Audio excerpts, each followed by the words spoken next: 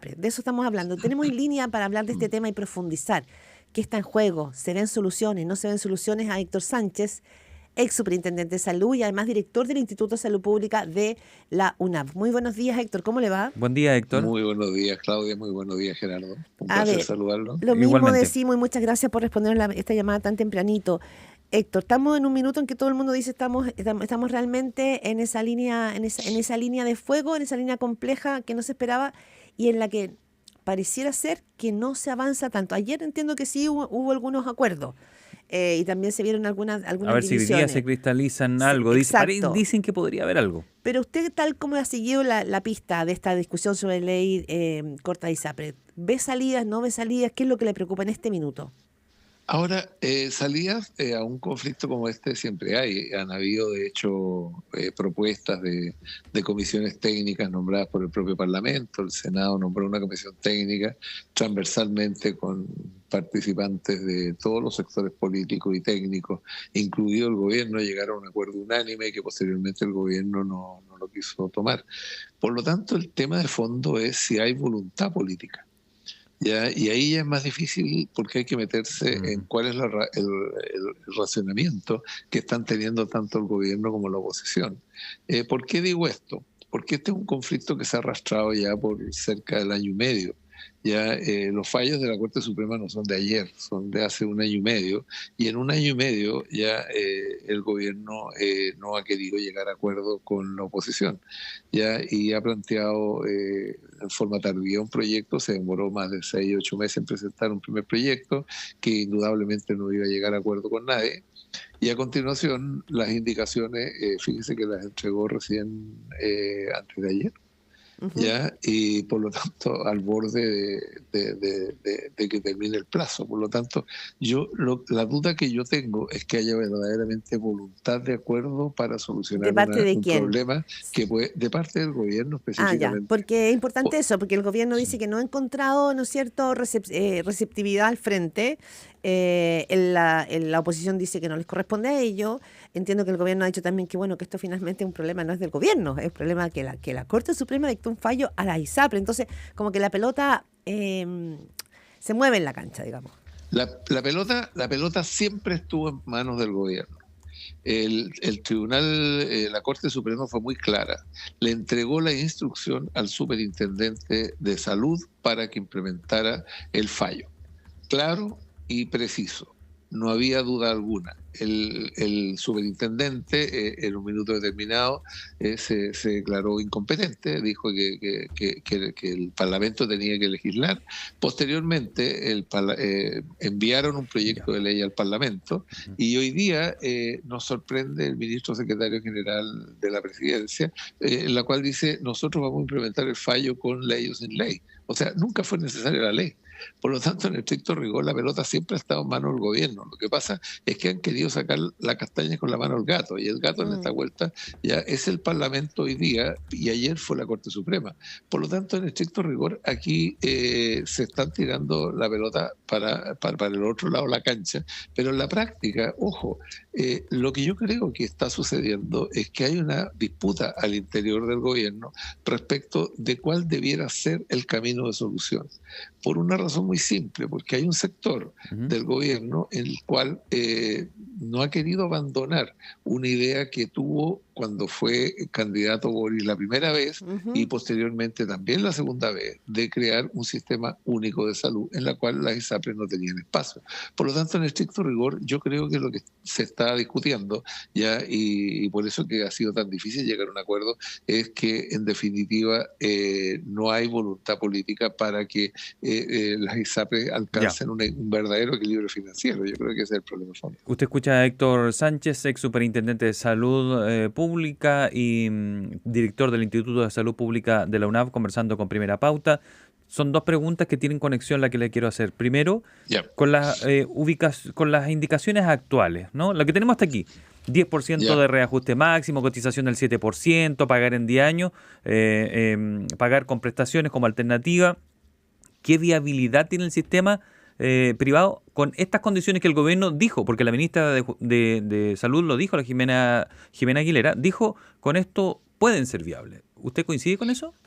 No, por lo siguiente, porque aquí hay un tema de fondo, hay tres temas que son fundamentales que hay que incorporar en una ley corta. ¿Ya? Lo primero es el cálculo de la deuda. Y el cálculo de la deuda, según los datos de la propia superintendencia, es del orden de 1.598 millones de dólares. Y el patrimonio de toda la industria es del orden de los 450 millones de dólares. Por lo tanto, es más de 3 veces el patrimonio. Por lo tanto, esa deuda, aunque usted le dé 10 años o 12 años, es muy difícil de pagar. Segundo, es importante definir hacia futuro cuáles son los costos que involucra la aplicación del fallo. Y los costos que involucran la aplicación del fallo, ya con un tope del 10%, probablemente algunas ISAPRES les va a alcanzar para equilibrar los ingresos futuros. No estoy hablando del pago de la deuda, sino que los ingresos futuros los costos futuros, se podrían equilibrar con ese reajuste del 10%. Sin embargo, nuevamente, a algunas les va a alcanzar, a otras no les va a alcanzar, porque la situación es distinta. Y tercero, hay que eliminar las causas que generaron este conflicto, porque si no lo que estamos produciendo es básicamente que el conflicto se va a repetir en muy corto plazo. Pero perdón, perdón, Héctor Sánchez, pero ahí no sería las ISAPRES las que tienen que eliminar las causas por las cuales se gatilló este fallo. No, porque son legales. La primera, hay que eliminar la causa fundamental, que es la selección al ingreso. Y es una causa que, en definitiva, se tiene que eliminar ya por ley. Segundo, la segunda causa que se tiene que eliminar con ley es que hay que terminar la tabla de factores de riesgo. La tercera es que hay que eliminar la cautividad de los afiliados. La cuarta es la única que podrían implementar la ISAPRE si es que tuvieran capacidad para controlar a los prestadores, que es cambiar los modelos de compra para disminuir los costos, que ha sido lo que ha generado el impacto. Por lo tanto, son cambios legales.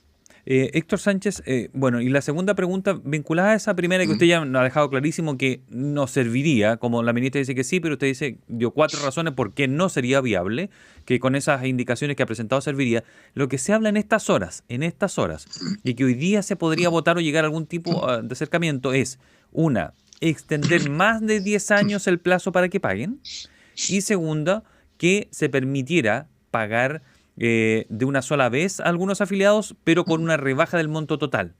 ¿Se entiende? Es un pago más corto. Cualquiera de esas dos fórmulas, ¿lo haría más viable? ¿Se abre una puerta o definitivamente se persiste el problema? A ver, si en definitiva lo que está diciendo el Ejecutivo es que en definitiva las ISAPRES podrían, comillas, negociar la deuda con los afiliados directamente, rebajando esta deuda, porque de eso se trata. Claro. En la práctica, lo que están produciendo es trasladarle el problema desde una decisión política, que sería global para todos, a una negociación que los afiliados voluntariamente podrían hacer o no hacer. Lo más probable es que en ese escenario los afiliados podrían negociar con la ISAPRE una rebaja. Y la rebaja podría ser de la siguiente naturaleza, que la ISAPRE le dijera, probablemente la ley lo podría regular, pero probablemente la ISAPRE le dijera, mire, ¿qué prefiere? ¿Que yo le pague en 12 o 13 años o que yo le pague al contado el 50% del valor de la deuda? Si usted lo mira desde esa perspectiva, lo que está haciendo el Ejecutivo es rebajar la deuda. Está reconociendo que si no rebaja la deuda, el problema no tiene solución, pero le está trasladando el 100% de la responsabilidad al afiliado. Y si el afiliado la acepta, no le quepa duda de que esto va a llevar a una judicialización en el corto plazo. Claro, también está el argumento, Héctor Sánchez, bueno, usted como exdirector de la Superintendencia de Salud, está lo que dicen algunos sectores del oficialismo, que no se puede permitir un perdonazo, es decir, que sería un perdonazo para las ISAPRE, y también sostienen que entonces finalmente todo este tema, toda esta vuelta serían los usuarios los que terminan pagando la deuda de las ISAPRE. ¿Cómo recoge usted ese argumento? Es un argumento netamente... el argumento es que no haya un perdonazo, pero cuando le están traspasando al afiliado la posibilidad de que acepte un pago al contado en el corto plazo, por un porcentaje de la deuda, ¿qué es eso? es un perdonazo, pero le están traspasando la responsabilidad a las personas. ¿Ya? Y en ese escenario, las personas, en función de su situación económica personal, van a aceptar o no van a aceptar ese perdonazo. ¿Ya? Por lo tanto, en estricto rigor, están trasladando la responsabilidad. Si aquí el problema es muy claro, el diagnóstico está absolutamente claro por parte del gobierno y la oposición. Sin rebajar la deuda, esta solución no es viable. No hay solución viable. Ahora estamos... Por lo tanto, la forma de cómo se rebaja la deuda es lo que se está discutiendo, y el acuerdo que podrían llegar los parlamentarios es básicamente trasladarle el 100% de la responsabilidad a las personas para que en definitiva esa deuda se rebaje. Claro, lo que probablemente para la ciudadanía, no quiero ponerme populista en esto, Héctor Sánchez, pero para la ciudadanía esto es como agotador, o sea, hay una política que no está siendo, comillas, efectiva. Esta es una discusión que se ha prorrogado en 2 ocasiones. ¿Estamos a cuánto? A 4 días, a 3 días. Y al final te puede traspasar a ti. Y mire la discusión que estamos sobre... Si la discusión que se está haciendo, y que la encuentro súper irresponsable, es que en definitiva, mire, yo no quiero asumir el costo político de rebajar la deuda porque es un perdonazo, concepto que el mismo gobierno instaló. Y a continuación, ¿sabe qué? El perdonazo hágalo usted.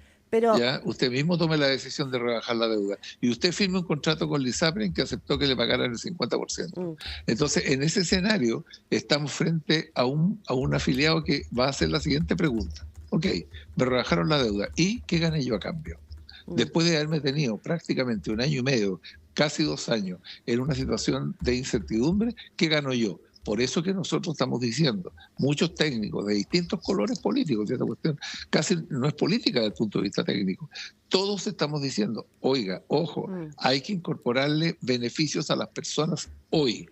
Si se rebaja la deuda, ya sea por parte de una ley o se le traslada a las personas la rebaja de la deuda, a la gente hay que entregarle beneficios tangibles. Claro. ¿Cuáles beneficios tangibles? Terminar la selección al ingreso, con lo cual se termina la preexistencia, permitirle la libre movilidad, con lo cual se termina la cautividad, y en tercer lugar, establecer que las ISAPRES están obligadas a utilizar mecanismos de compra eficientes para que no le sigan subiendo los costos, de manera que nuevamente tengamos judicialización a la vuelta de la esquina. Sí, lo hablábamos ayer con Claudia, que las ISAPRES también deberían asumir algún tipo de responsabilidad o costo en esto más allá del económico. Y no lo han hecho.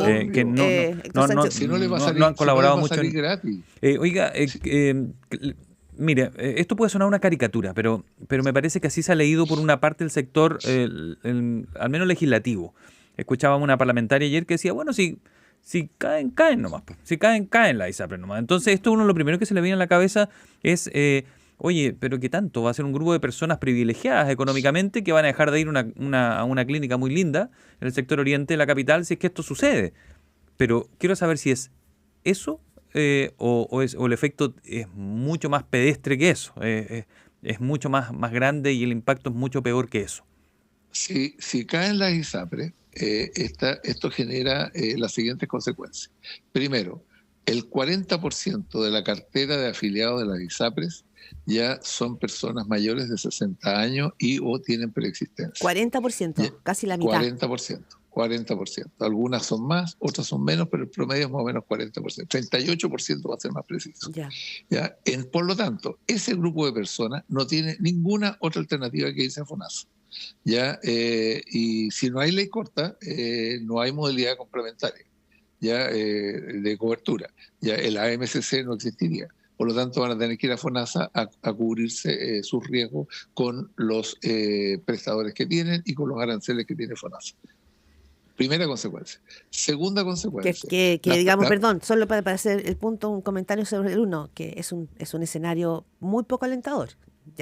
Poco alentador, porque el nivel de cobertura de FONASA con los prestadores privados, que por lo demás la gente ha estado acostumbrada a utilizar, y no solo la gente de FONASA está acostumbrada a utilizar, sino que más del 50% de los afiliados de FONASA hoy día utilizan el sector privado, por alguna razón. Después, segunda consecuencia. La segunda consecuencia es que las ISAPRES no van a pagar los 600.000 millones que le deben también a los prestadores privados, con lo cual dejan a los prestadores privados en una situación crítica que afecta no solo a los afiliados de las ISAPRES, ya supuestamente a los más ricos, sino que también afectan al 50% de los afiliados a FONASA que utilizan los prestadores privados y que en definitiva se van a encontrar con prestadores privados que prácticamente van a estar al borde de la quiebra. Tercera consecuencia, van a afectar también a la modalidad institucional, porque van a haber muchas personas que no van a tener plata del bolsillo para poder cubrir los costos de una enfermedad y pagar los copagos que en definitiva va a tener que pagar con las bajas coberturas de FONASA. Por lo tanto, van a engrosar las listas de espera, que superan los 2 millones de personas por especialistas y diagnósticos y los 300.000 por cirugía. Y cuarto, ¿quién resuelve el problema de la continuidad de los tratamientos?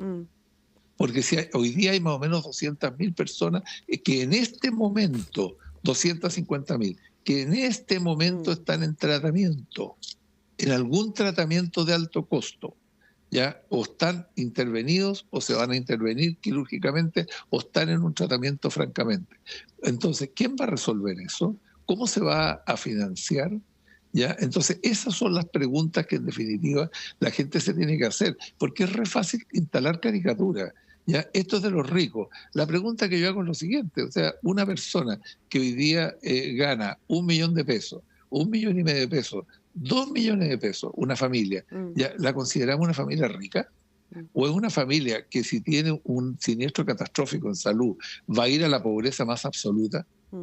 La vulnerabilidad de la clase media de la que tanto se ha hablado. La vulnerabilidad de la clase exactamente, media sí, es muy grande frente a un hecho catastrófico en salud, ya con los costos que tiene este país y con las listas de espera que tiene este país. Si tuviéramos un sistema público que estuviera dando el ancho y estuviera respondiendo a las necesidades de la gente, el problema no sería grave. Ahora, segundo tema, si efectivamente quiebran las ISAPRES, ¿ya? Y se pudiera hacer la magia de que los dueños de las ISAPRES, ¿no es cierto?, pierden todo, pero las ISAPRES continúan, ya se les da continuidad y se les da continuidad a los planes, a mí me da lo mismo, ¿ya? Porque en parte tienen responsabilidad y las tienen que asumir, pero bajo esas condiciones. Pero aquí no es así. Aquí las ISAPRES van a irse, ya no van a quebrar, van a perder un patrimonio, pero a continuación van a dejar de pagar una deuda que el propio superintendente ha calculado en 1.500 millones de dólares. 600.000 millones son los que le deben a los prestadores